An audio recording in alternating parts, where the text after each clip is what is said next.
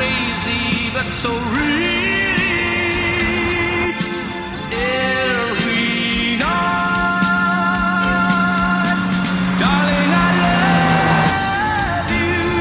You don't know how I love you. Yeah, yeah.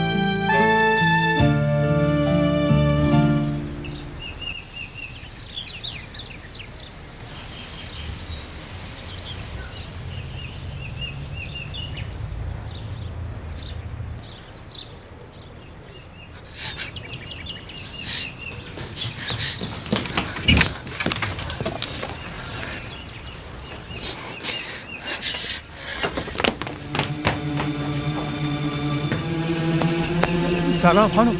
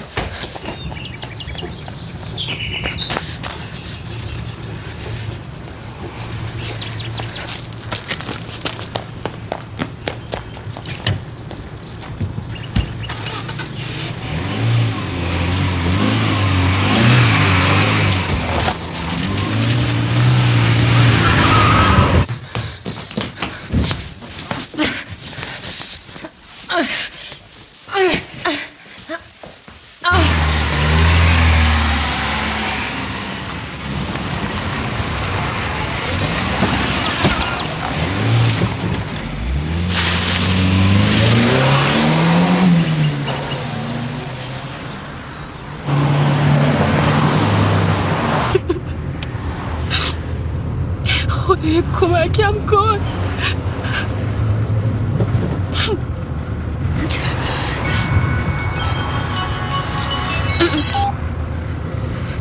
الو. سلام. رسیدی؟ نه من هنوز نرسیدم. میگفتی ماماینا میبادن دنباله. نخواستم مزاحمشون بشم. پس رسیدی خونه به من زنگ. الو. صدا نمیاد. الو.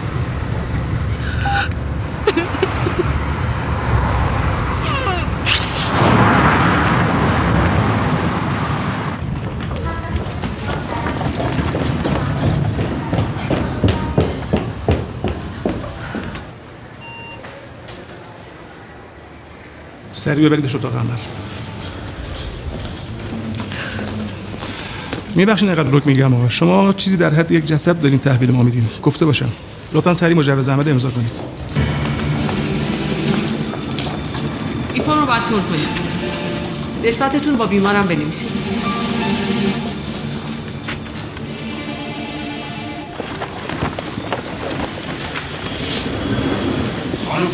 خانم ببخشید.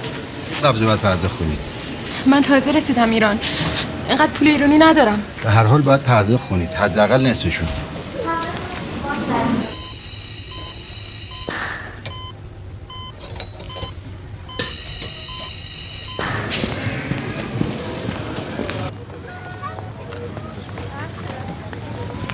انتقالی دیگه موافقت کردم. حالا نامش هم قراره هفته آینده صادر کنم. چقدر طول کشید؟ چیز زیادی طول نکشید. حالا کجا خانم؟ فعلا تا وضعیت مریضی که آوردید مشخص نشه نمیتونید خارج شید. من میخوام برم از تو ماشین پول بیارم. سرکار خضری، همراه این خانم تا ماشینشون برید و برگردید. بله خواهش میکنم، بفرمایید.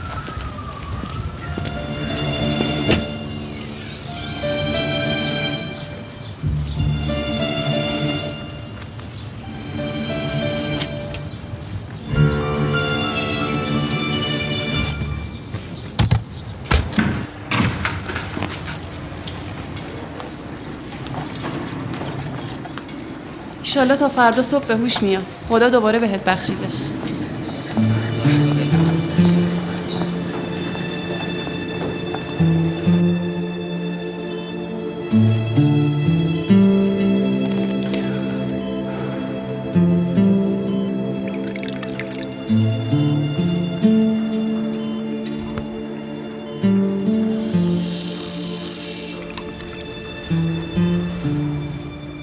بهت قول میدم اگه همینطور عاشقونه بالا سرش وایسی خودت هم ازش پرستاری کنی زودتر از همه بیمارای دیگه از جا بلند میشه. شک نکن، من از این موردا زیاد دیدم.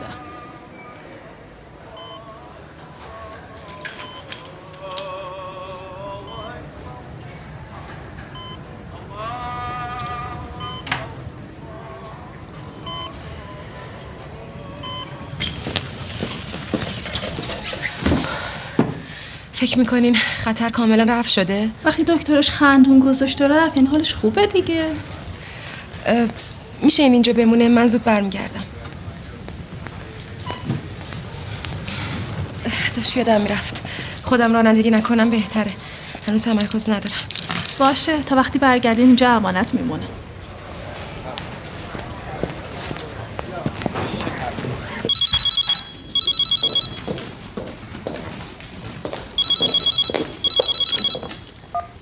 بله؟ منزل آقای سینان عفابی؟ بله بفرمایید. شما؟ من خانمشون هستم. امرتون؟ خانم چرا گذاشتید رفتی؟ متاسفانه دوباره حالشون بد شده. نیاز به یه مجوز عمل دیگه است. نه شماره‌ای دادید نه چیزی. ناچار شدیم کیفو باز کنیم. آقا اشتباه گرفتین. لطف کنید مزاحم نشین.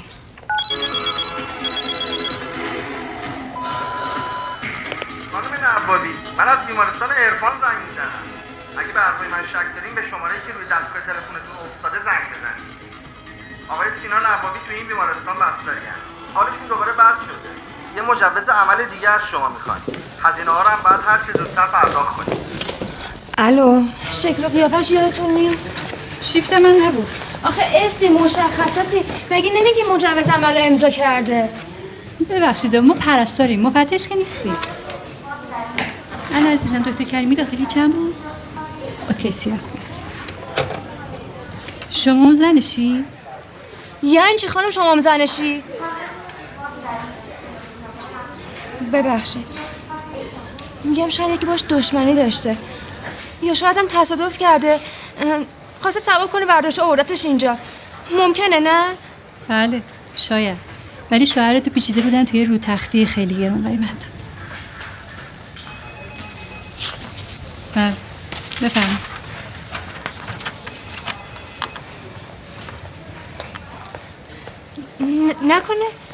نکنه اصلا شوهر من نیست. ممکنه که پیش ازش زده باشن. کجا داری میری؟ از این طرف.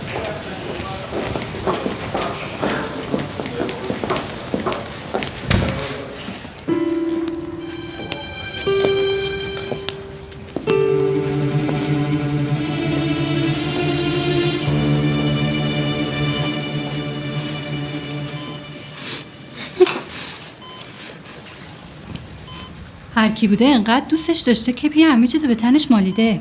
پلیس، بازجویی، ولی باز ورش داشته آورده اینجا. میگفت صبح از خارج اومده. پول بیمارستانم هنوز ندادن. پس این همه وقت میگفت برای کار مالزی هم رفته بود. پلن عمل دوم منتفی. حالش بد نیست ولی برای احتیاط بهتره یه مجوز دیگه داشته باشیم. من دیگه با ایشون هیچ نسبتی ندارم. بگین هم همراه محترمش بیاد امضا کنه.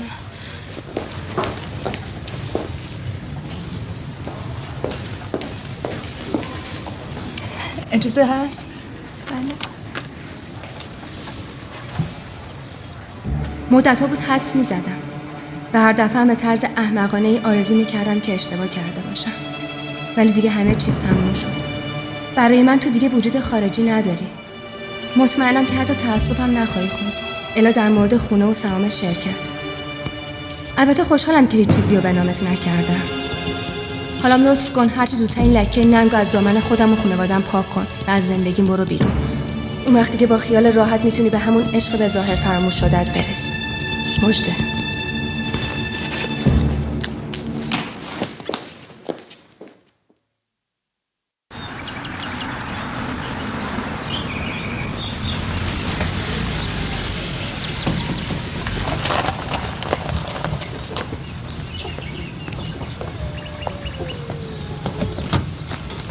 سلام آقای خجسته. سلام آقای شایان، حالتون چطوره؟ خوبین شما؟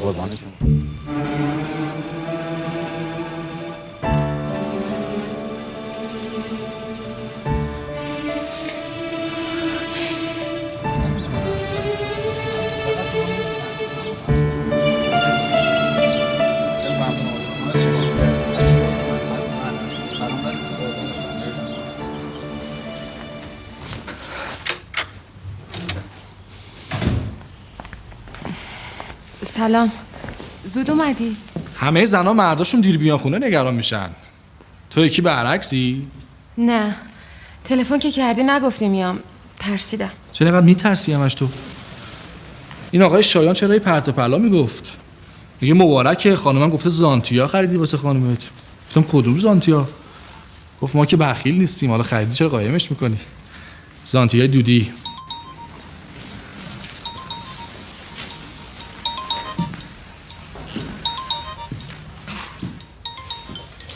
آشغال. فشار آب خوبه؟ بذار امتحان کنم.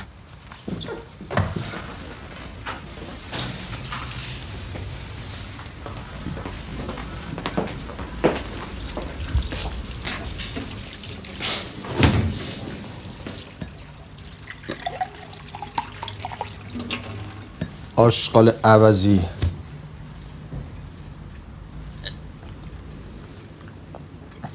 چیزی شده؟ نه. اعصاب نمیذارم واسه آدم که. کیو میگی؟ هیچی بابا ولش کن. چیزی شده؟ آدم هرچی میکشه از دست همین رفیق رفقای قدیمیشه. یه چک میخواد پاس کنه مرتیگه 1000 جور بهانه میاره. چی شد؟ فشار آب خوب بود؟ آره خوبه.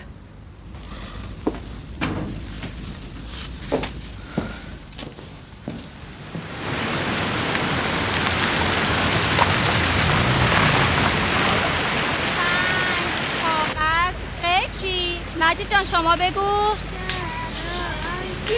چی؟ سنگ کاغذ. سلام خانم دکتر.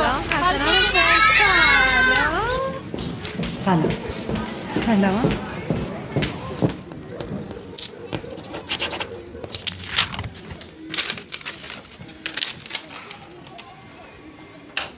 تو مالزی اتفاقی افتاده؟ نه. ربطی نداره. باشه. بده کارگزینی. لااقل تو خونه ای گزارش سمینار رو تکمیل کن بفرست. خیلی دیر شده ها. باشه. خیلی ممنون.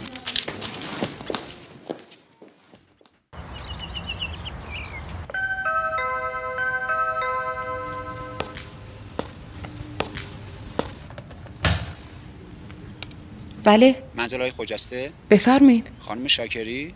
بله. چند لحظه تشریف میارین بیرون؟ شما؟ نمیخوایم خونه مزاحمتون بشیم. اگه ممکنه تشریف بیارید بیرون.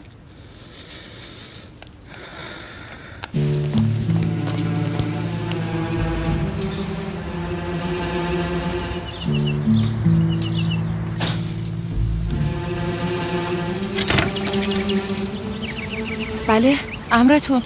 بفرمایید سوار شین لطفا. قرار نیست ماشین رونده بشه. من بیرون وای میستم. بفرمایید.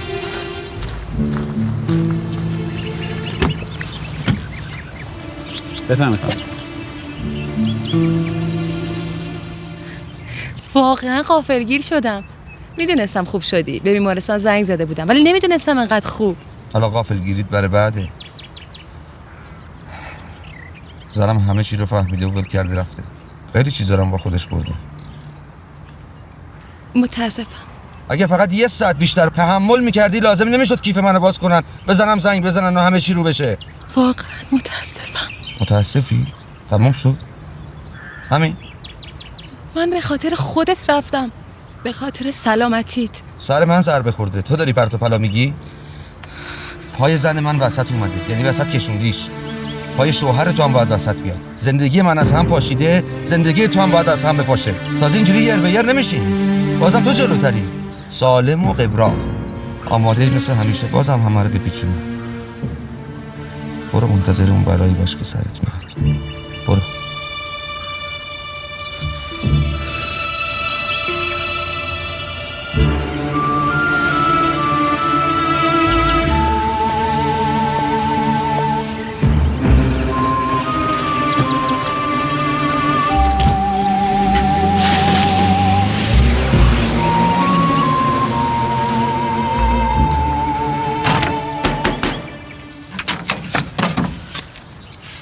کاری داشتید آقا نعمت؟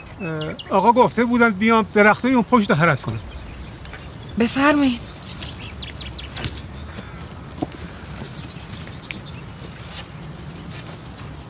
حالشون خوب شد؟ کی؟ ببخشید مثل اینکه فضولی کردم.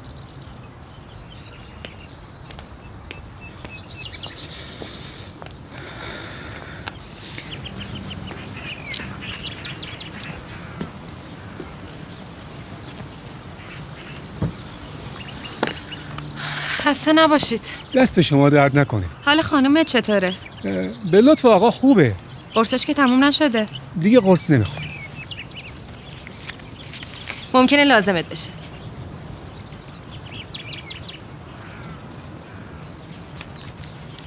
اگه بازم احتیاج داشتی بگو.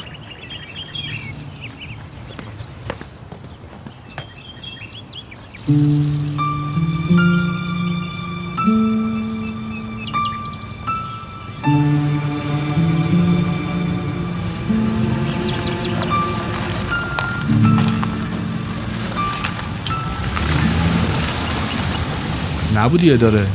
به همرام زنگ میزدی. من چه میدونم همراهت کی بود؟ رفته بودم بازرسی مراکز. حالا چه کار داشتی؟ هیچی. دلم برات تنگ شده بود.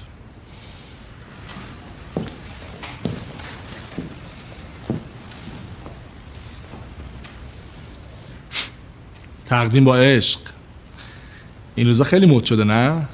I love you honey. نذار تو پیش دستی. بعد گلو بگیری، بو بکشی، یه لبخند. I love you too. آخه حق داری ندونی باید چی کار بکنی. تا حالا کادویی که بوی خوش بده از من نگرفتی که؟ همیشه یه سندی، جواهری، طلایی، چیزی. چی شده؟ امروز خیلی سرکیفی. نکنه رفته رو قیمت زمینای نمک آبرو؟ نه اتفاقا. تازه یه چک 35 میلیون برگشت خود خبر نداری. باز قضیه همون چک است؟ شارلاتان میگفت خود خانومت بوده. خودش. آقا بالاخره بعد یه ماه قرار بود جونش بالا بیاد چکر رو پاس کنه. یکی بهش میگه من تصادف کردم، نمیدونم سرم کجا خورده تو بیمارستان بستری ام. حالا بعد 2 هفته که غیر زده بود قسم که به خدا خود خانومت بوده. بچه‌ها دیدن که هراسون تو رو، یعنی منو آورده بیمارستان. اونم از خود خواسته گفته ما که نیستیم، بی خیال چک شده. کی؟ هیچکی. یه خالی بند. آرشو که یادته. میگه شنیدم بیمارستانی گفتن بیام پول اونجا بهت بدم. بعد گفتن یه مریضی به همچین اسمی اصلا نداریم. مرتیکه چاخان بابا این داستانا رو سرهم کرده که از زیر چک در قالتا. میگه پرستاره گفت شوهرش زخمی شده، نمیدونم امیدی به زنده بودنش نیست. گفتم ببین اگه ثابت کردیم که خانم من با چشمای گلون واسه منی که زخمی شده بودم داشته پذیرش میگرفته یا اصلا خانم من تو بیمارستان بوده، اون 35 ماهی که هیچ یه چیزی هم میذارم روش میبخشم بهتون. راستی این قاب عکس عروسیمون کو؟ قابل شکسته بود، دادم درستش کنم.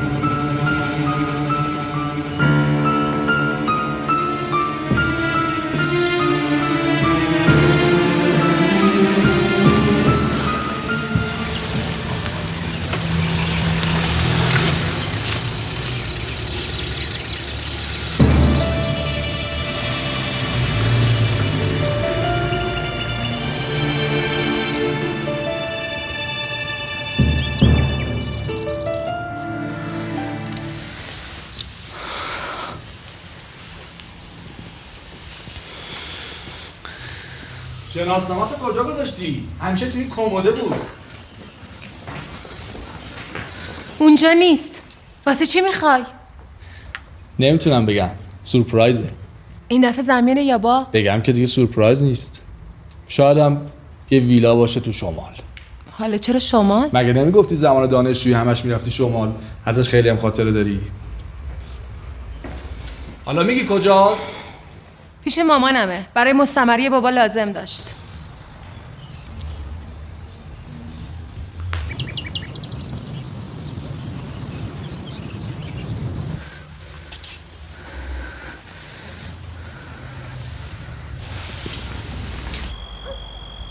مهدی جان این زمین کلاردشت و استعلام شهرداریش هم گرفتم. فقط موند ثبت و دارایی.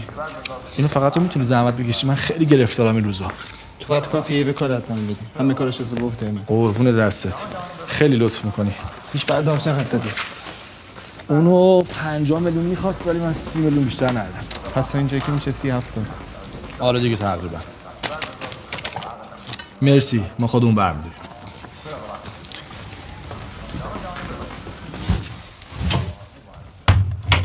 الان بعدجوری پول دادم. دستم تنگه. زمین اسمانه باید سریع برسیم. ولی اگه شده موقع بکنشم به این شیبانی نمید. خیلی به دست پا میزنه ولی پول خونده. به هر روشی که تو بگی متوسل شد. نگاه کن بیشرف چه پیغام فرستاده. گفته اگه ملک اصفهانو به کسی دیگه بفروشی زندگی تو به هم میریزم. عطایی داره ازت؟ نه بابا چرا میگه مرتی که قالتا. تو وقتی قبول کردی بری اصفهان باید از اول شرط و شروطتون می‌ذاشتی. نه اینکه همینطوری بهش اعتماد کنی.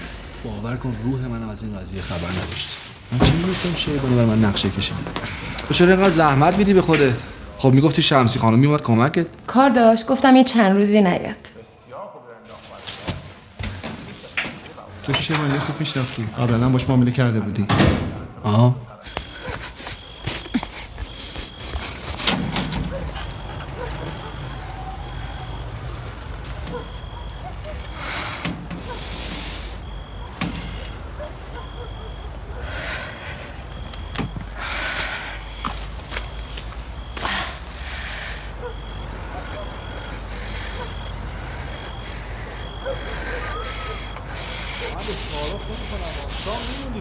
انشالله دفعه دیگه. باشه. پس دیگه پیگیری این قضیه با تو دیگه سپردی به من. خیالت راحت باشه. ممنونم. منم تا فردا ظهر برات بقیه مدارکو فکس میکنم که دیگه مشکلی نداشته باشی. تشریف میبرین؟ با اجازه خواهش میکنم. خواهش میکنم. شب بخیر. قربانش. آقا اون قضیه شیبانی هم بین خودمون بمونه لطفا. خب خیلی لطف کردی. آقا دیگه خبر از تو. خب تونستی فردا سر با من بزن دفتر. حالا ببینم چی میشه. قربونت. خدا.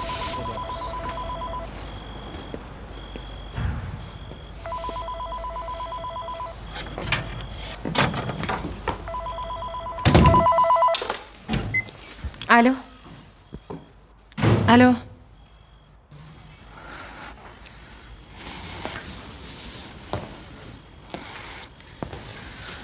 الو. کی بود؟ حرف نزد. مزاحم بود. ما هیچ وقت مزاحم نداشتیم. اگه تلفنمون شماره مینداخت میفهمیدم این آقای مزاحم کیه. از کجا مطمئنی آقاست؟ گفتم که حرف نزد. آره خب راست میگی.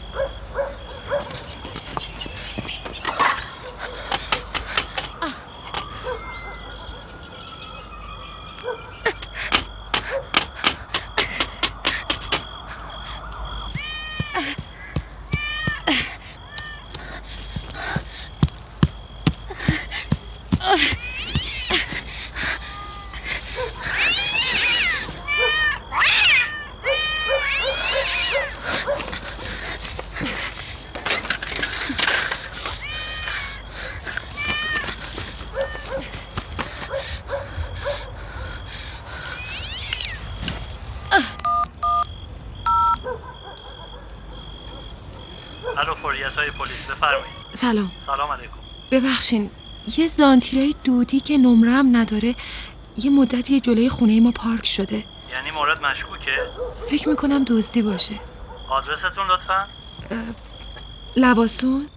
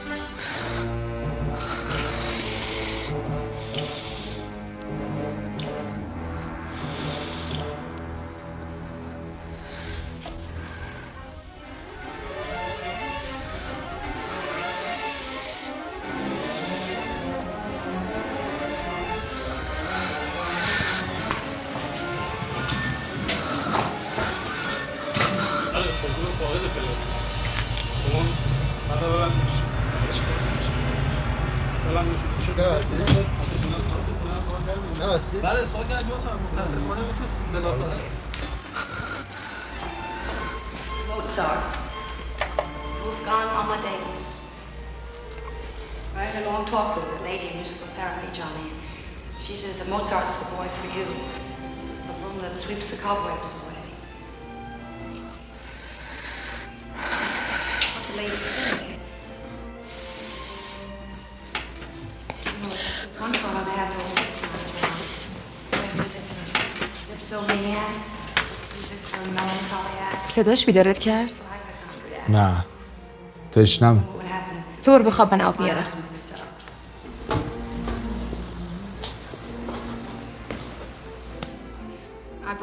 رو تختی رو چرا عوض کردی؟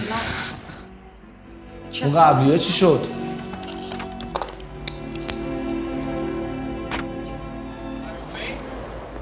دادمش خوشویی. آها.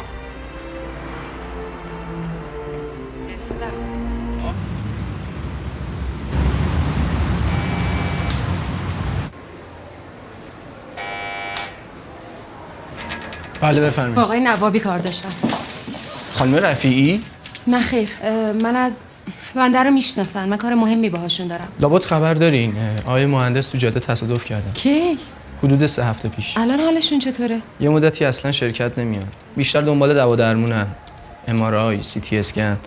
متاسفانه چیزیشون شده؟ دعا کنید. ممکنه از کمر فلج بشه خدایی نکرده. ببخشید ناراحتتون کردم. حالا امرتون چی بود؟ من حتما باید خودشونو ببینم. تلفنشونو چند روز جواب نمیدن. فکر میکنم شمارهشون عوض شده. نه عوض نشده همونه. میخوان شما شماره خودتون رو بدین، ایشون تماس گرفتن، میگم حتما به شما زنگ بزن. باشه اومد گوشی.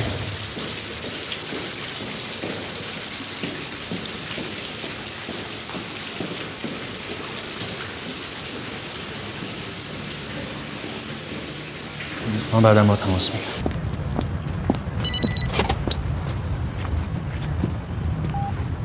فکر کرده بودم برای ابد منو از ذهنت بیرون کردی. 1 ساعت دیگه بیا پارک جمشیدی، همون جای همیشگی.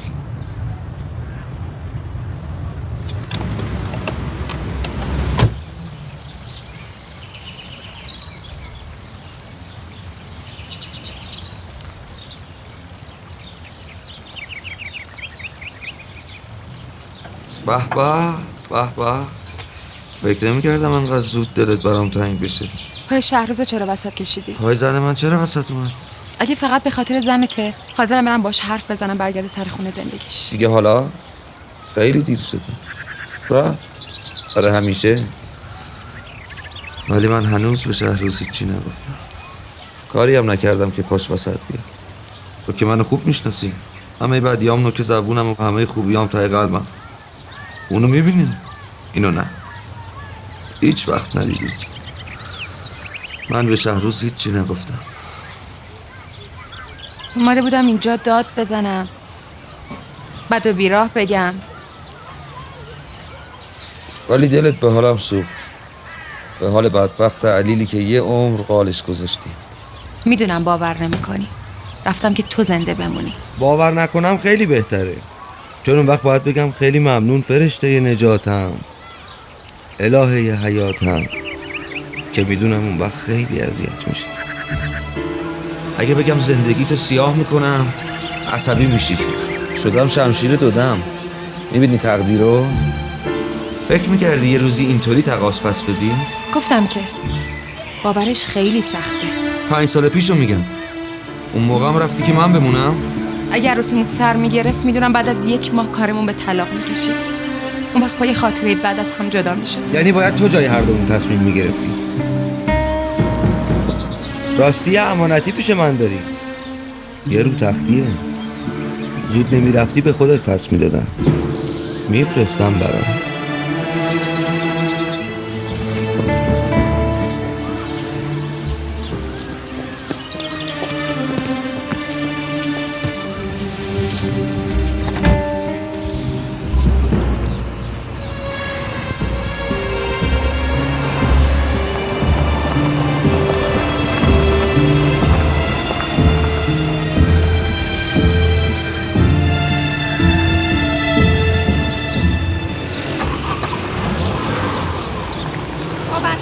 من الفا رو تکرار میکنم، شما هم پشت سر من تکرار کنید. تا کی میخوای مرخصی تو تمدید کنی؟ خودم هم نمیدونم. آخه چی شده؟ چرا بعد سفر یهو اینقدر عوض شدی؟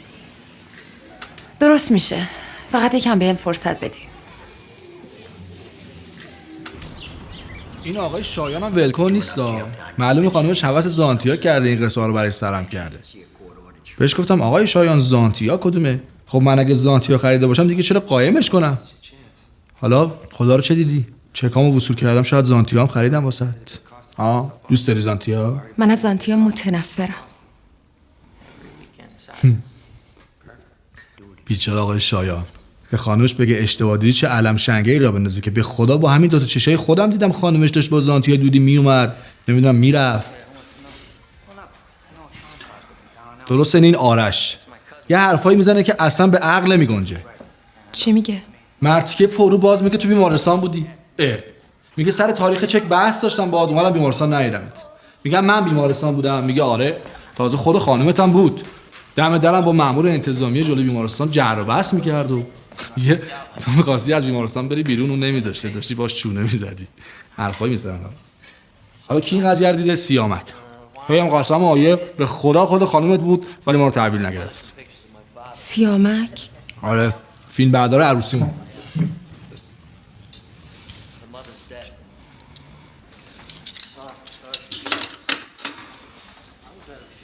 حالا قرار شده یکی از همین روزا با اون مأموره رو درود کنم.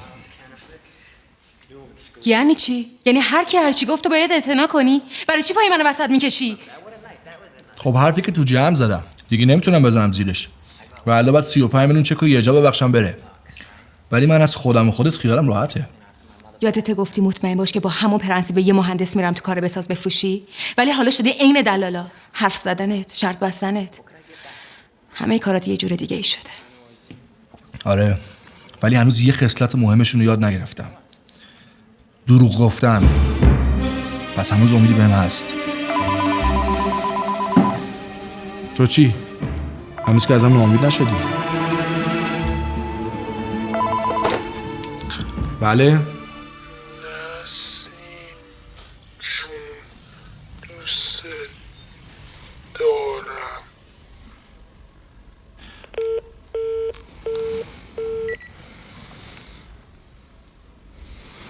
مزاحم بود.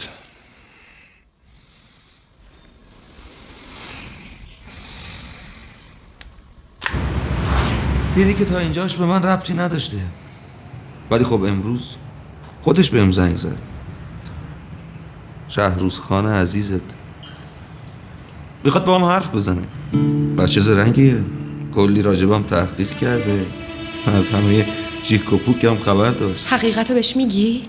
وقتی یه ماجرای انقدر غیر قابل باوره باید یه داستان باور کردنی ساخت. درست همون چیزی که همه میتونن حدسشو بزنن. یه گناهکار پشیمون بیشتر با عقل جور در میاد تا 2 بیگناه مظلوم. خجالت نکش، بگو اگه دوست داری رول آدم و در من بازی کنم بگو. من که دیگه چیزی واسه دست دادن ندارم.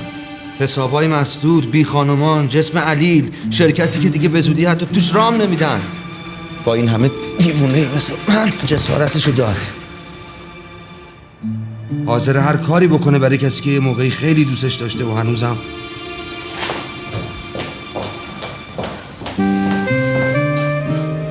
بعد از اون ماجرا با خدا عهدی بستم که حاضر نیستم بشکنمش. زندگی تو رو هم با همون پس گرفتم. عجب زندگی دلچسبیم. پس چرا با همون عهد مقدست نمیری زندگی خودتو پس بگیری؟ این بازی ظاهرا یه قربونی دیگه میخواد. منم که سهممو دادم. پامم وسط بیاد میتونم بگم تو همه چی رو به من نگفته بودی. همینا واسه تبرم کافی. اما تو چی؟ خیلی عوض شدی.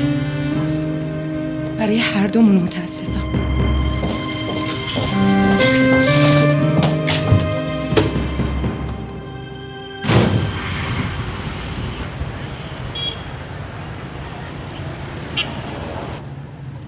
دیگه ببخشید مهندس، سر خود فضولی کردیم.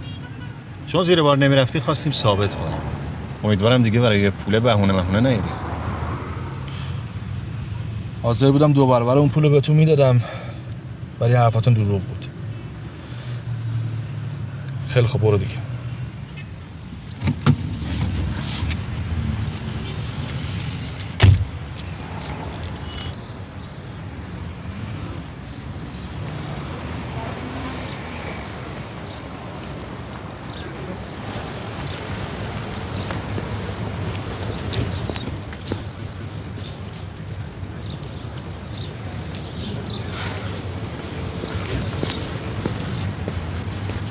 سلام آقا. سلام علیکم. خسته نباشید. زنده باشین. ببخشید غیر از شما یه نگهبان دیگه هم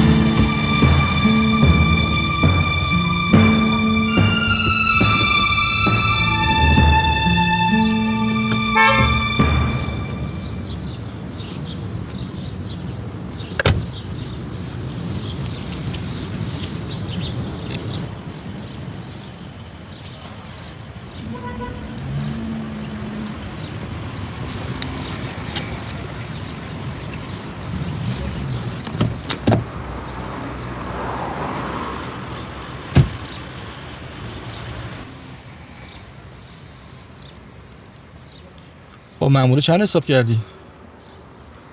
با 200-300 تا میشد زبونشو بست. بیشتر که بهش ندادی. البته اگه زیادتر هم باش حساب کرده باشی خیلی مهم نیست. مثل باغبونمون که کم بهش دادی. این نشون میده هنوز آماتوری. باز جای امیدواری هست. مگه نه؟ با تو هم مگه نه؟ چقدر میخوای عذابم بدی؟ همونقدر که تو توی مدت عذابم دادی. با سکوتت، با لبخندهای زورکیت، با غذا درست کردنات. دلت میسوخت با عالم نه؟ میگفتی آخه تفلکی عجب موجود خر بدبختیه، گناه داره، بذار خود بهش محبت کنم. آره؟ بهت حق میدم شهروز. من نمیگم کاملا بیگناه بودم.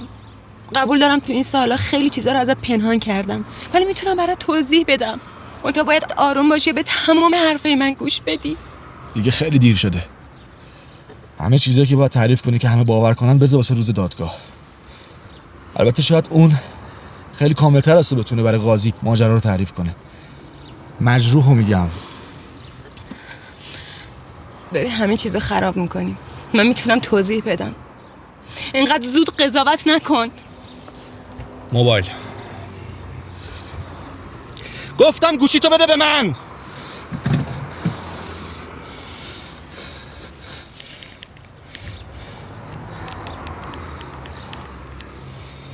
ایناش این شمارهشه. توی این مدت چند بار بهش زنگ زدی. اسمش سیناست. نه اینو میگم. اینه دیگه نه؟ اشتباه که نمی کنم. خودشه دیگه. نگاه کن. ها؟ درست میگم دیگه. نه باید همین باشه. این نیست؟ اینا تو باغچه خونه ما چه غلطی میکنه؟ ها؟ تو هنوز نفهمیدی که سرگرمی گربه ها زیرور کردن خاک باغچه است؟ اون زانتیای دودی مال محسن بود. خودم گفته بودم بذاره دم در. بازی پلیس، جره ثقیل، همه مسخره بازی‌های دیگت.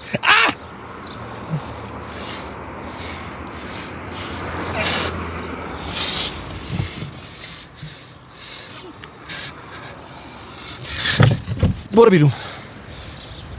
برو بیرون. گفتم برو بیرون.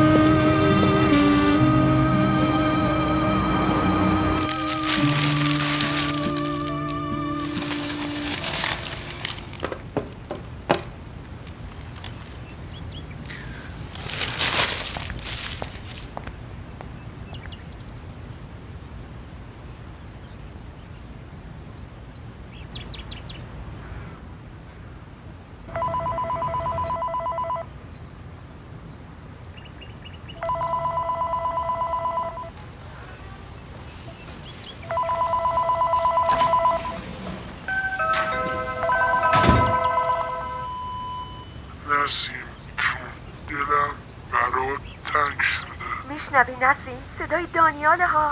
همش میخواست با اولین کسی که حرف میزنه تو باشی. امروز میام دستبوست با دانیال. قربونت برم الهی. سلام. سلام، بفرمایید. خانم نسیم شاکری؟ بله. یه بسته سفارشی دارید. لطف کنید اینجا دیگه امضا کنید. متشکرم.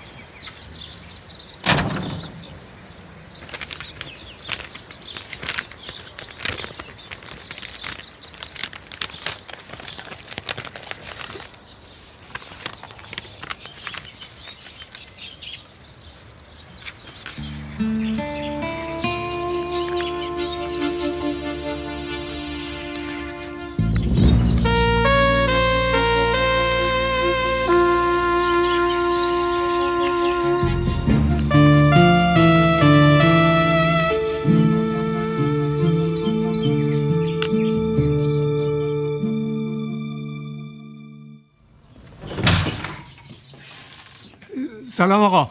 سلام آقا نعمت. تو این 2-3 روزه که من نبودم خانمم خونه بود؟ از همون روزی که شما نیومدین من دیگه ایشونو ندیدم. فقط همون آقایی که گفتم دوباره پریروز اومد، زانتیاییه. میخواست با شما حرف بزنه، دید شما نیستین، اینو داد و رفت.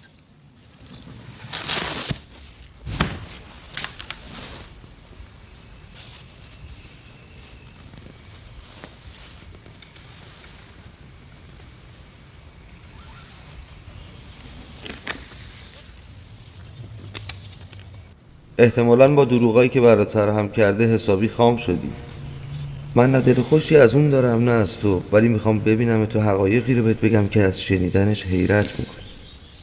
به نفعت این فرصت رو از دست ندی.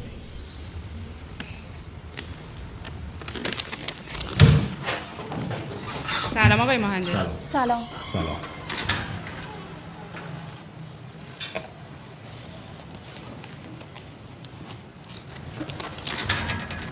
خانم اینو کی آورد؟ پستچی آورد آقای مهندس.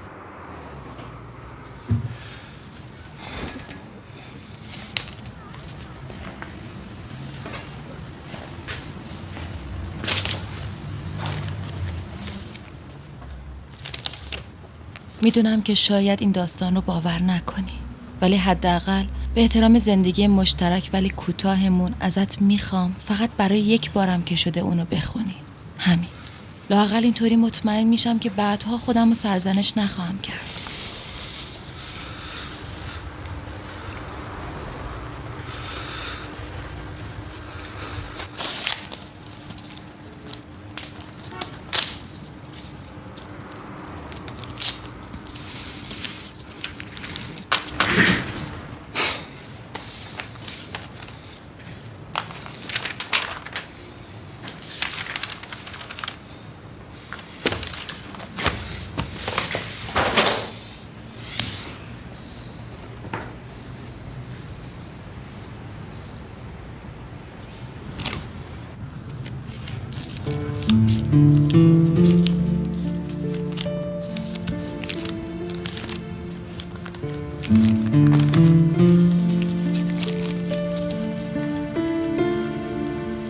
ماجرای دیدار مجدد من با سینا نوابی به طور کاملا تصادفی و پس از بازگشتم از سفر مالزی در فرودگاه تهران اتفاق افتاد. بعد از 5 سال که همه چیز فراموش شده بود، البته ظاهرا فقط برای من، نه اون. اینو از اولین جملاتی که به زبون آورد فهمیدم. از همون ابتدا با حرفاش تمام گذشته رو جلوی چشام زنده کرد. همه چی از یه دعوت ساده شروع شد. منم که از دیدنش شوکه شده بودم اصلا نفهمیدم چی شد که خواستش رو پذیرفتم. انگار تمام ارادم از دست داده بودم.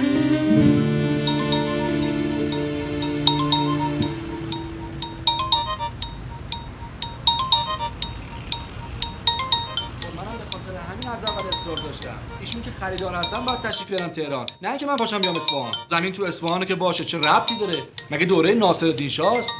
نه عزیزم، این حرفا نیست. این آقا اگه پول داشت و چاخان پاخان نمی‌کرد، میشد تو همون تهران قولنامه رو نوشت، بعد با یه وکالت محضری ساده بقیه کارا رو حل کردین. همه بازی لازم نه.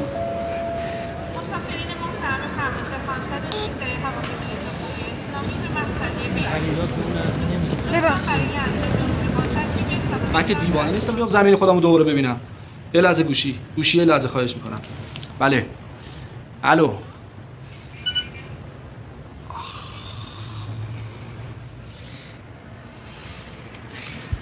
فقط محض همون نیمچه رفاقت عهد بوق و اصرارای جناب عالی من چند تا خریدار دست به نقد تو تهران ول کردم، پا شدم اومدم اینجا. حالا آقا گوشیشو واسه من خاموش کرده. اگه بهت زنگ زد بگو دیگه رو من حساب نکنه. منم با اولین پرواز برمیگردم تهران. خداحافظ.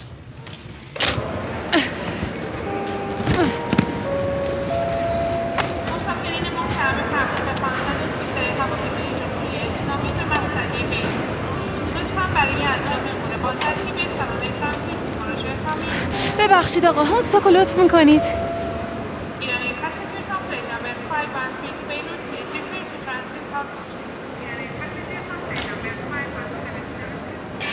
اصلا فکر نمی‌کردم ایران باشی. اینجا زندگی میکنی؟ آره. چقدر دنبالت گشتم.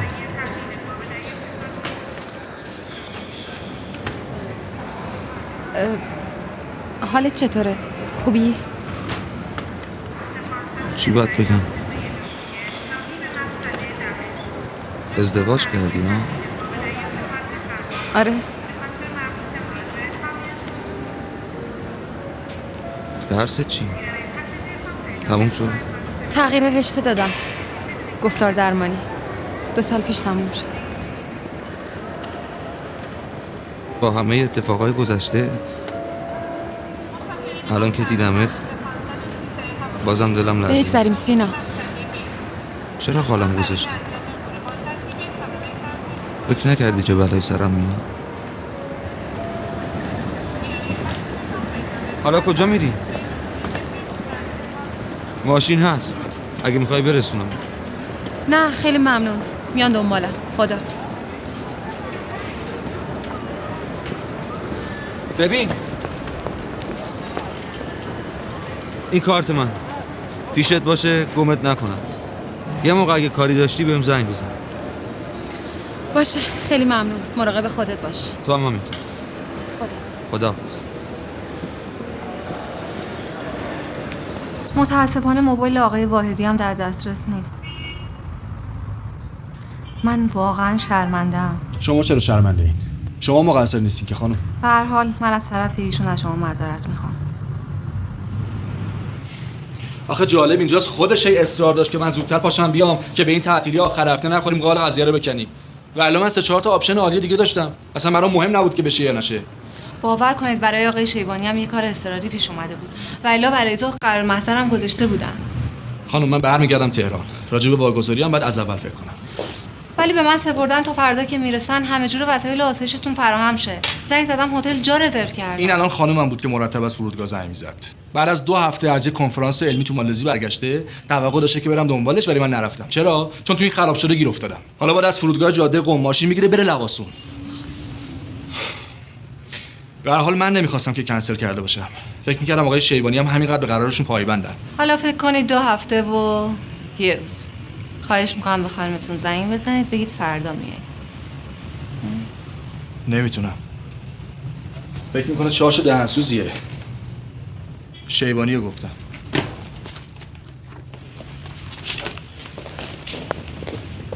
شما که دوست نداری من کارمو از دست بدم. خب معلومه که نه.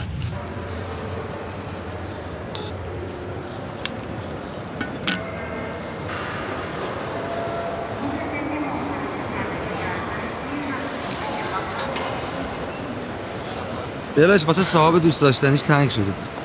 حواس پرت شدم. معذرت میخوام. اونی که باید عذرخواهی کنه منم. شاید حرفای من باعث شد حواست پرت بشه و اینو یادت بره. متاسفم. دست خودم نبود. من هر جوری شده میخوام این آقای خوششانس رو ببینم. بهش تبریک بگم. ایشون میاد دنبالت دیگه.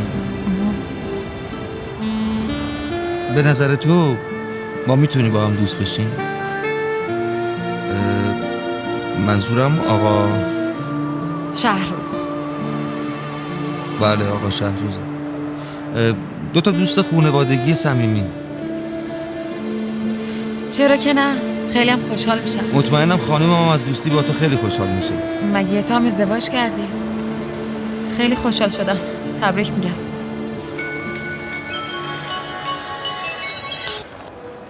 الو. سلام شهروز جان. منم داشتم میگرفتمت. آره من فرودگاهم. کجایی؟ اصفهان؟ خیلی خوب. باشه نگران نباش. من خودم میرم. باش. زنگ میزنم. خداحافظ. ظاهرا از دیدن ایشون محروم شدیم نه؟ حیف شد. ولی من هنوزم میتونم برسونم تا. البته اگه اشکالی نداره.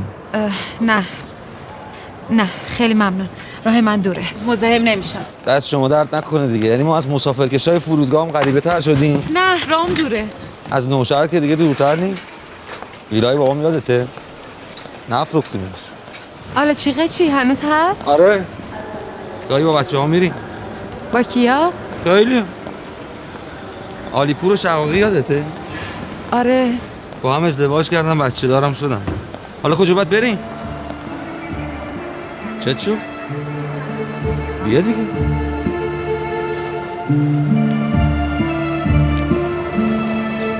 از هر جایی که شما بگید شروع میکنیم. بریم بناهای تاریخی داخل شهر ببینیم.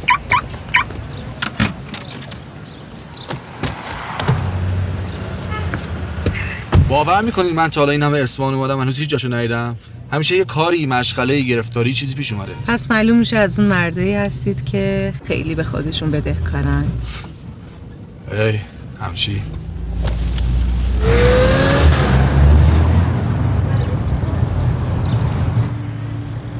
منو باش همه این سالا تو تهرون دنبال یه نشونی از تو میگشتم.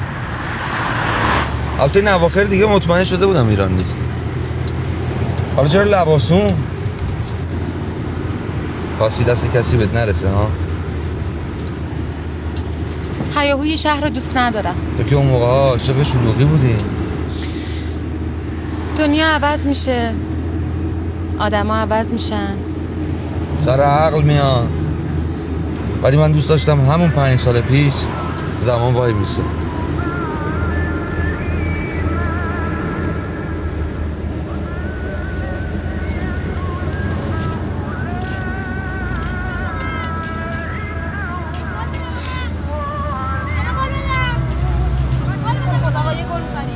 یه گل بده.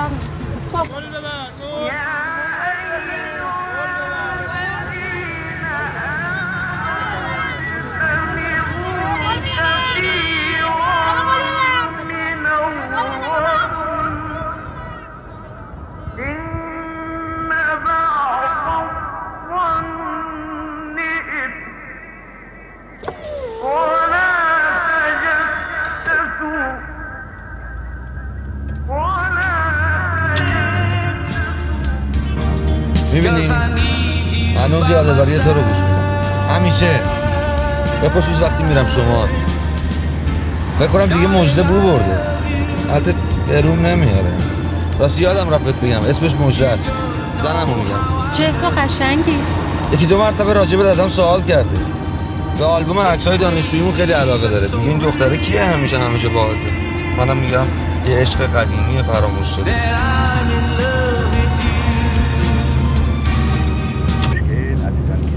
مسیر مشغول رانندگی هستند و در خودروها با صبر و تحمل انشاءالله این مشکل برطرف بشه. از توجهتون بسیار سپاسگزاریم. روز خوبی داشته باشید.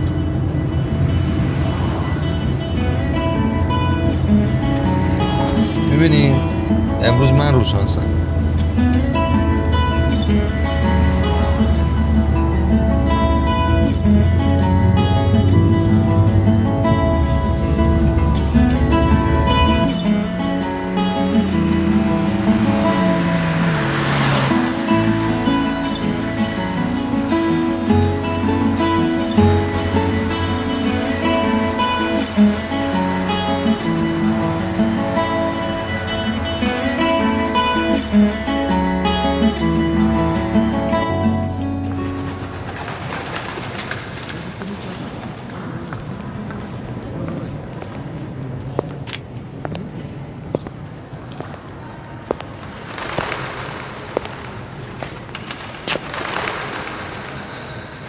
میگم خانم فرشته صدام کنید آقای مهندس. البته میبخشین که من زیبایی فرشته ها رو ندارم. اختیار دارین. در واقع تقصیر پدر بزرگم. اون این اسمو برام گذاشته. چرا تقصیر؟ اتفاقا خیلی هم اسم مناسبیه. خدا رو شکر خوش اخلاق شدید آقای مهندس. من راجع به این انعکاس خیلی شنیده بودم ولی هیچ وقت نشده بود که از نزدیک بیام ببینم. درست اینجا زیر گنبد.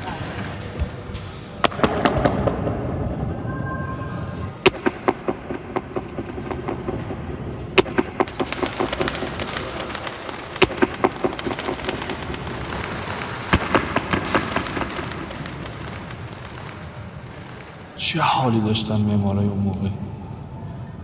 درست وسط مسجد زیر گنبد این چی ساختن.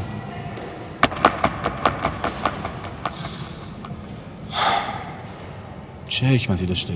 اونا حتما میدونستن که 400 سال بعد یا آقای مهندس بهونه‌گیری میاد اصفهان، هی دلش برای خانمش تنگ میشه، خانمش کنترل از راه دور مرتب بهش زنگ میزنه، حالا حالش خوب نیست دیگه، یه همچین اسباب بازی رو درست کردن که سرش گرم شه، بلکه بخنده. بابا بخنده، اینه من نگام کن.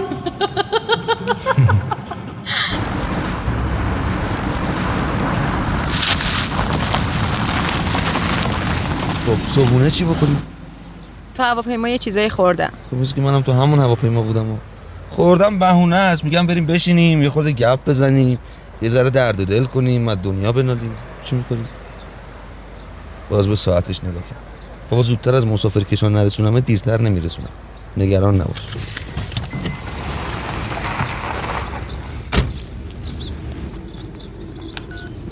سلام.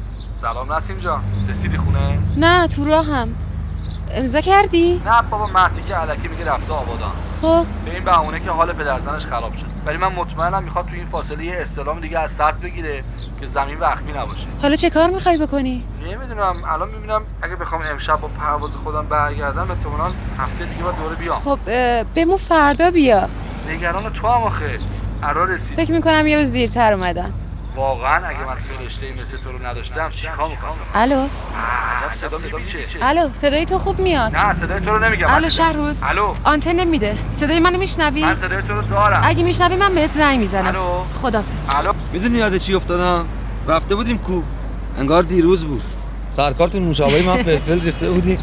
تا 2 روز همینجوری. حالا تو فلفلی تو چای من نریخته باشی. نترس.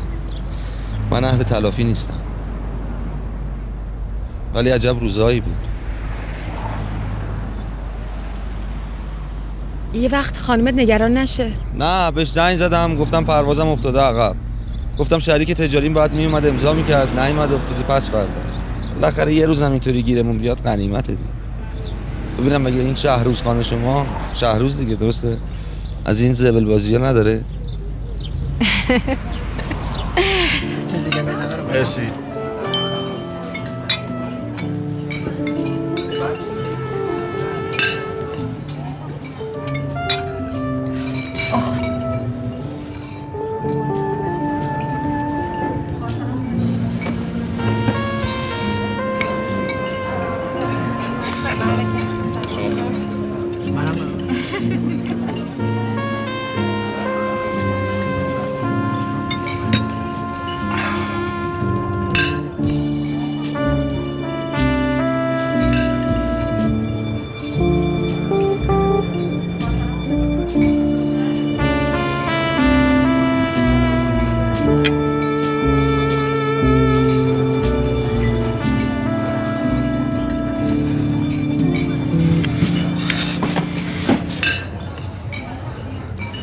من اصلا حالم خوب نیست.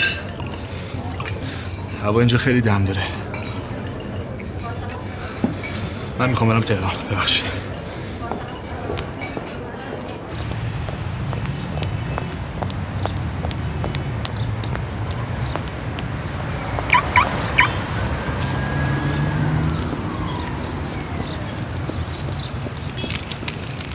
تو غذاتو میخوردی؟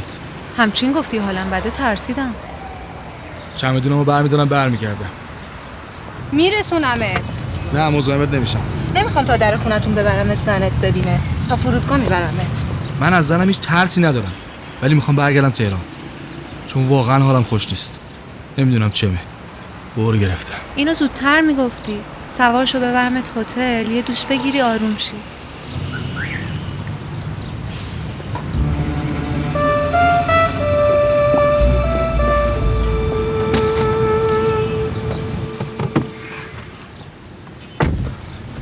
خیلی سخت میگی. بذار شل کنم این گرم.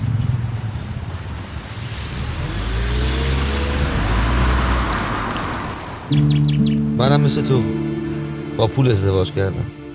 ازدواج من با شهروز به خاطر پول نبود. پس عاشقش شده بودی؟ نه، عاشقش نیستم. عاشقش نیستی یا نبودی؟ هر دو. دوستش داشتم و دارم. دوست داشتن خیلی بهتر از عشقه.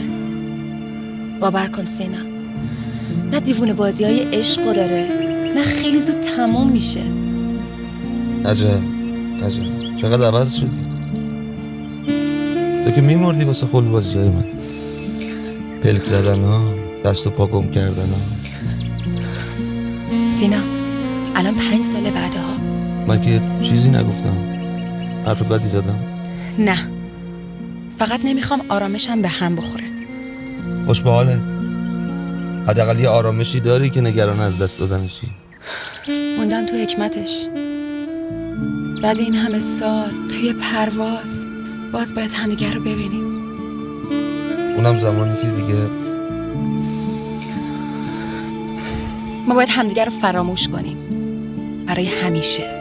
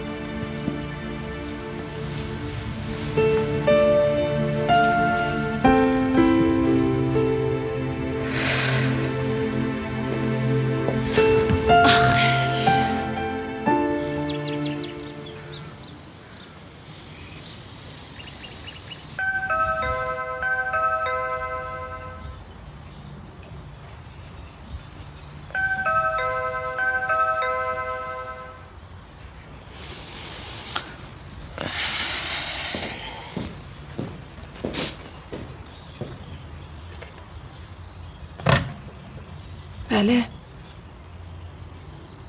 کیه؟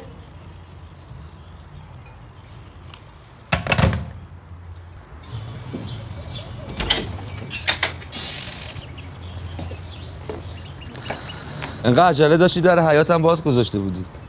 قرار شد فقط منو فراموش کنی، نه دوباره اینا رو. معذرت میخوام.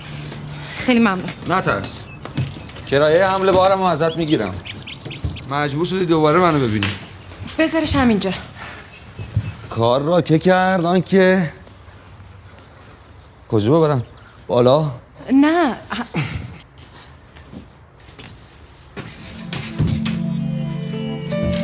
یه چمدون کوچیکم بود.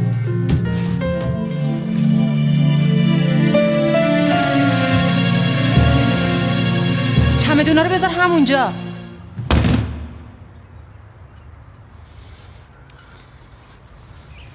بذار دستامو بشورم میارمش. کجاست؟ آب خنک نداری؟ این گلوم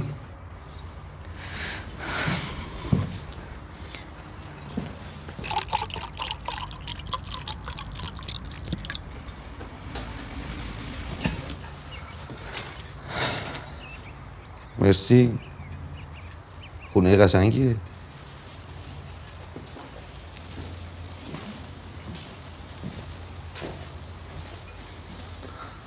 عجب هوم آفیسی.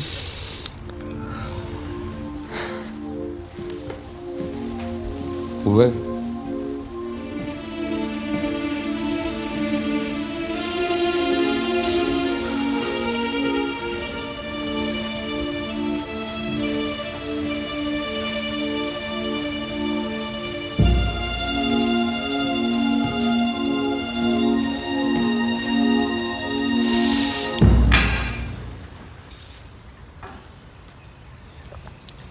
حالشون چطوره؟ پدر 2 ساله که فوت شدن. با اون ظلمی که در حق ما کرد امیدوارم روحش در آرامش باشه.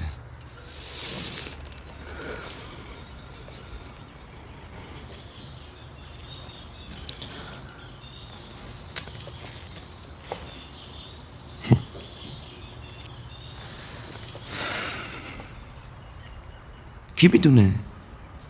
شاید هم خودت زده بودی زیر همه چی و اون بیچاره بدشون. بس کن سینا. نه آخه اگه تو خودت نمیخواستی بابات چطوری میتونست جلوت در بیاد؟ 500 سال پیش که نبود. دختر یکی دونه آزاد عزیز دردونه یهو میشه دختر مفلوک گوش به حرف بابا. باور کردنش همون موقع هم ساده نبود. ازت خواهش کردم. من میخوام بدونم این چیش از من بهتره. نه تو رو خدا قضاوت کن دیگه. این سر و ریختشه. با این لباس کلی آرایشگاه رفته، کلی نور دادن رو صورتش تا تازه دل سرکار رو به دست بیاره. واقعا چی بود؟ پولدار بود؟ خوشتیبتر بود؟ خونواده اصیلی داشت؟ چی بود؟ ده بگو دیگه لعنتی! برو بیرون! تو و پدرت از اعتماد من سوء استفاده کردین. حق نداشتین همه چی رو از بین ببرین. از خونه شوهر من برو بیرون. بدش به من. برو بیرون! گفتم بدش به من. میگم برو بیرون! بدش به من.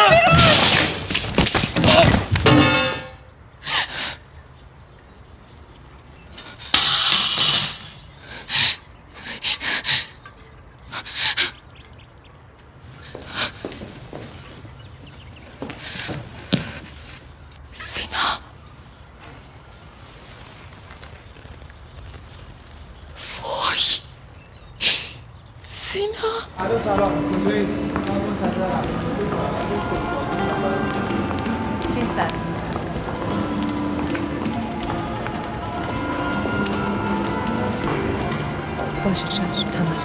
تماس بگیر.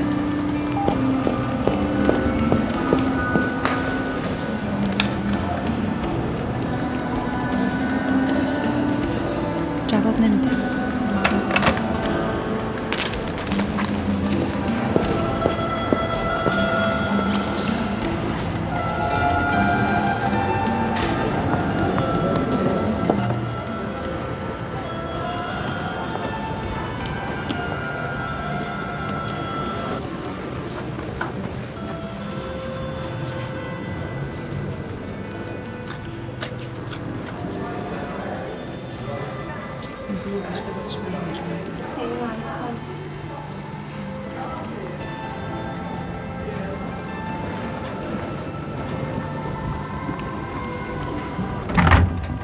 چه خجالتی.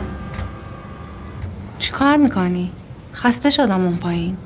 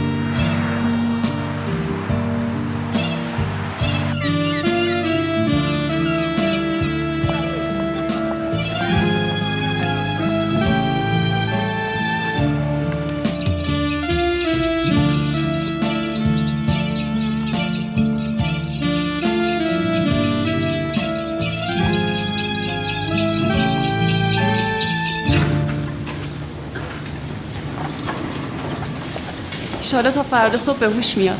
خدا دوباره بهت بخشیدش.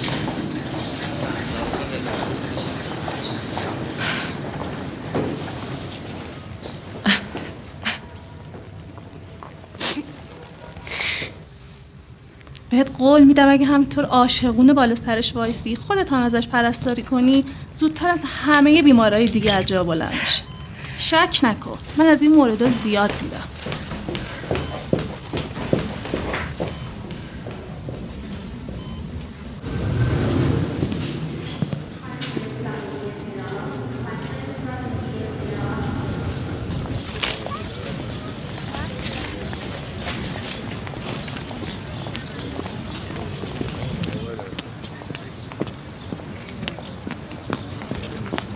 خانم کجا؟ من که قبلا بهتون عرض کردم که شما نمیتونید از بیمارستان خارج بشید. مورد شما که عادی نبوده. آقای محترم من میخوام برم منزل لباس بیارم. بعدم به شما گفتم که ایشون سرش خورده پله. تا ایشون به هوش نیاد و خودش ماجرا رو تعریف نکنه و حرف شما رو تصدیق نکنه شما نمیتونید از بیمارستان خارج بشید. ماشین ایشون که اینجا هست که میشم که گذاشتم داخل. ماشین که متعلق به مضروبه. ضارب البته منظورم شما نیست. متعلق به ضارب احتمالی که نیست. حالا میگید من چیکار کنم؟ زنگ بزنید یه نفر وثیقه بیاره. پرونده رو که من تنظیم کردم میفرستم آگاهی، اونجا دقیق بررسی میکنن. اگر اجازه دادن میتونید تشریف ببرید. بابا آخه من کسی رو اینجا الان ندارم. یعنی هیچ کی رو نداری زنگ بزنی یه نه ندارم. خیلی خب پس بفرمایید لطفاً. بفرمایید تو. بفرمایید.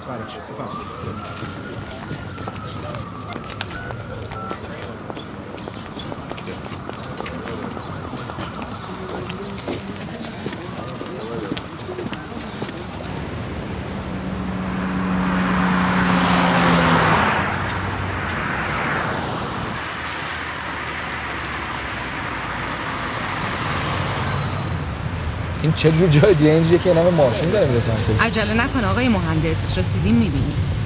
تصادف شده؟ گشت پلیس. بعد از یه روز کار خستگی مردم زدن بیرون حال هوایی عوض کنن. حالا باید جواب پس بدن. یکی مست نباشه، یکی خیلی های نباشه، بعدش هم این کیه، اون کیه.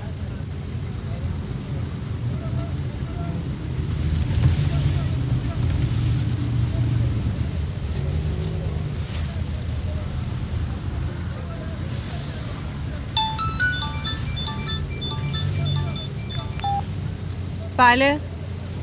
حال شما؟ نه بابا من که سعی کردم کوتاهی نکنم. خودش دلتنگی میکنه. بله گوشی آقای شیبانیه. من یه لحظه پیاده میشم. بعد مامورا سوارت میکنم. الو سلام. آقا خیلی مخلصی. آخه من چی بگم به تو؟ اینه رسمش. شرمنده. شانس آوردی صبح زنگ نزدی. ولی همون نیمچه رفاقتمون هم به هم خورده بود. چطور؟ رفاقت که سره میخواستم خیلی اساسی بزنم زیر همه چیز. میگم تو خواهرم اینا، میگم دختر خالم جلو افتاده. از این اتفاقات زیاد افتاده. جلوتو نگاه کن نکن. حق بهت میدم. آخه از گرفتاریای من که خبر نداری. پدر زنه دیگه. چشم امیدش به دامادشه. ولی حالتو میفهمم. هر چی دلت میخواد بگو سبک شی. اگه صبح زنگ زده بودی بهت میگفتم. واسه همین الان زنگ زدم. گفتم بذار آبا از آسیاب بیفته، عصبانیتت بخوابه، خوش بهت بگذره، یه خود فکرت باز شه. اون وقت میبینی رفاقتمون بعد از این بیشترترم میشه. میزبان بعدی که نداشتی، یه وقت تعارف نکنی و بعد بوده بهش بگم اون همه رقمه گوش به فرمان من. یون شیبانی هیچ رقم ملاحظه نکن. شما همیشه اینقدر مهمون نوازین؟ برای مهمونای بیشمون بله، ولی شنیدم خیلی بد قلقی را نمیدی. جون تو یه وقت فکر نکنی تله مله ای تو کاره ها. ما فقط خواستیم جبران موفات کرده باشیم. همین. الو گوش میدی که؟ الو ببین فرشتم توجیه خیالت راحت. تا همینجاش هم از نظر ما همه چی شطور دیدی ندیدیه. بالاخره رفاقت دیگه، باید یه حالی به هم بدیم. خسته نباشید. ممنونم. از کجا داشت میبری؟ اصفهان. کجا داشت میبری؟ میرم باغمون. گوش میدی که؟ الو بفهمید. در موقعیت درگیری بالا واردهی که صدای منو میشنن از موقعیت نزدیکم خودشون سریع به منطقه اعزام کنن.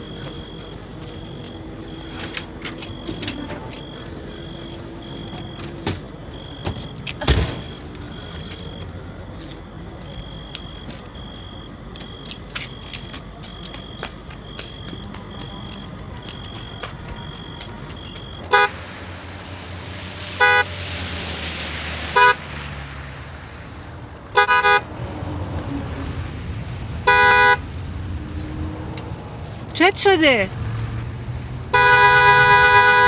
اون مردی که منظورش چی بود؟ تو چی بهش گفتی؟ منظورش از تله ملهی تو کار نیست و شطور دیدی نیدی چیه؟ یه جور تهدیده نه؟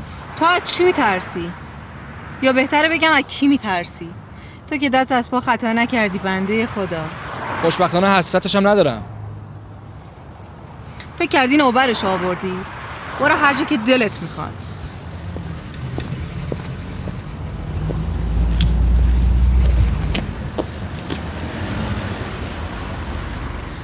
چه غری نکن. اینجا ماشین گیرت نمیاد. لااقل بیا تو فرودگاه برسونمت. لازم نیست، خودم ماشین میگیرم، شما بفرمایید. خود دانی. ولی بدون شیبانی اگه بهش بر بخوره خیلی بدکین است. راحتت نمیذاره ها.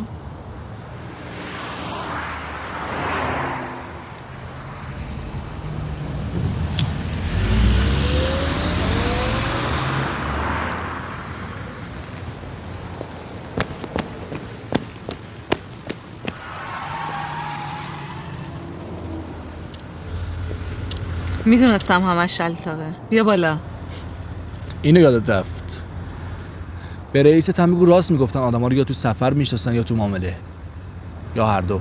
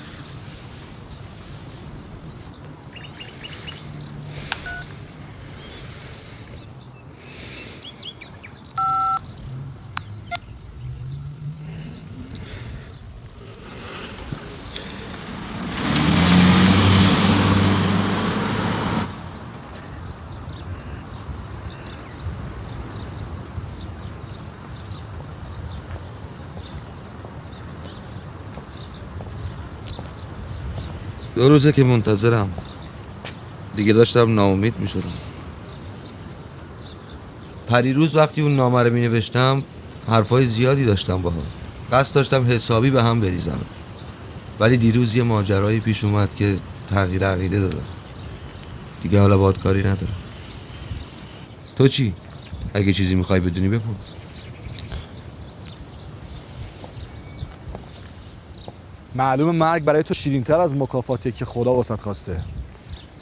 خدا، مکافات، منم همیشه مثل تو فکر میکردم تنها سرگرمی خدا مجازات آدم هاست. بگذاریم این حرفا به من و تو نمیاد. خب آقای مهندس خجسته، از من چی میخوای؟ من آمادم. دیگه مزاحم زندگی من و زنم نشو. هیچ وقت. نیازی نبود به خودت زحمت بدی تا اینجا بیای و اینو بگی. ولی اگه واقعا فکر میکنی من یه مزاحم بی سر و پام، بهتره بدونی اون خانوم قبل از اینکه زن شما باشه زن من بود. درست 5 سال پیش. ما حتی قرار عروسی هم گذاشته بودیم، ولی بعد از عقد باباش دیگه حتی نذاش ببینمش. ظاهرا از اولش هم به زور رضایت داده بود. اول دانشگاه رشته‌شو عوض کرد، بعدم رفت خارج. کار به زندگی مشترک نکشید. طلاقم غیابی گرفتم با اختیاری که خودم تو عقدنامه داده بودم. لابد شناسنامه‌شو دیدی که المثناست. البته همونقدر که میتونم حدس بزنم چرا ترسیده بهت بگه. حالا میدونم سوالت چیه. جوابم نه. بین ما هیچی نبوده. باور کن راست میگم.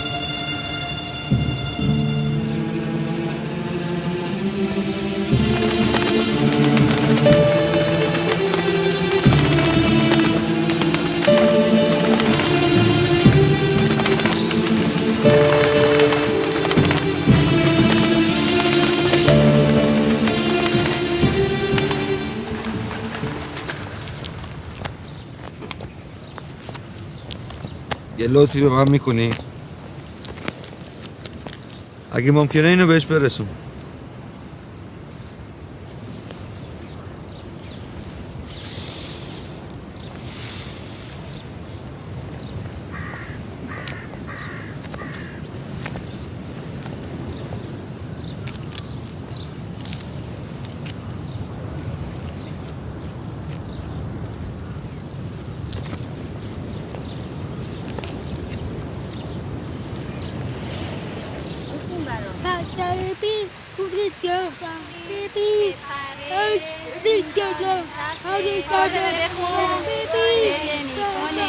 کجا؟ بیا میگم برات بیارم. بیا خانم اسماعیلی، حواستون به بچه ها باشه. معلوم میشه. خب بچه ها حالا وایسید. خب بس دیگه وایسید. میخوام بهتون یه چیز خوب یاد بدم. بیاین آموزش الف. بچه ها بریم داخل، کلاستون شروع شد. ساناز جان با شما هم هستم. برو داخل. برای چی اومدی اینجا؟ به موبایلم زنگ زده بودی. میخواستم در مورد چند تا عکس سوال کنم، ولی الان دیگه حرفی ندارم. حرفای ناگفته زیادی هست که باید بزنیم. هم من هم تو. من آمادگیشو دارم. دوست ندارم اینجا حرف بزنیم. برگردیم خونه. من به ترحم کسی نیاز ندارم. این ترحم نیست، عذرخواهیه. شاید اون چیزایی رو که برات نوشتم دروغ بوده. شاید همه حقیقت بهت نگفته باشم. حالا دیگه مهم اون نوشته و کم و زیادش نیست، حتی حرف دیگران. مهم باور ماست. من مطمئنم که تو با من خیانت نکردی، چون منم به تو وفادار بودم. باور کن راست میگم.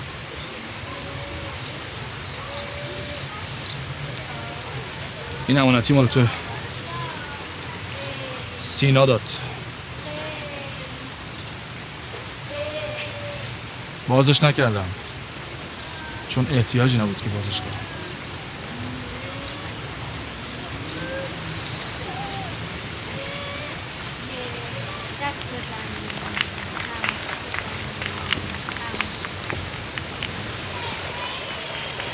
برو به خاله نسیم بگو دوستش دارم. دوستش داری؟ آره خیلی دوستش دارم. بدو. من به زودی از روی این ویلچر بلند خواهم شد.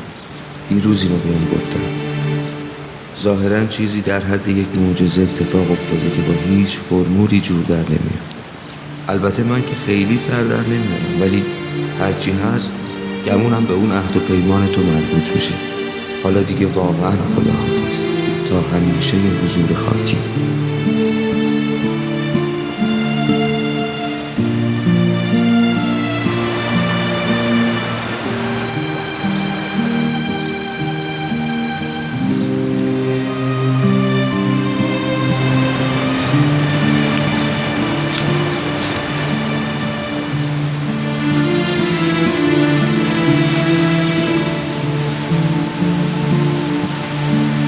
thank you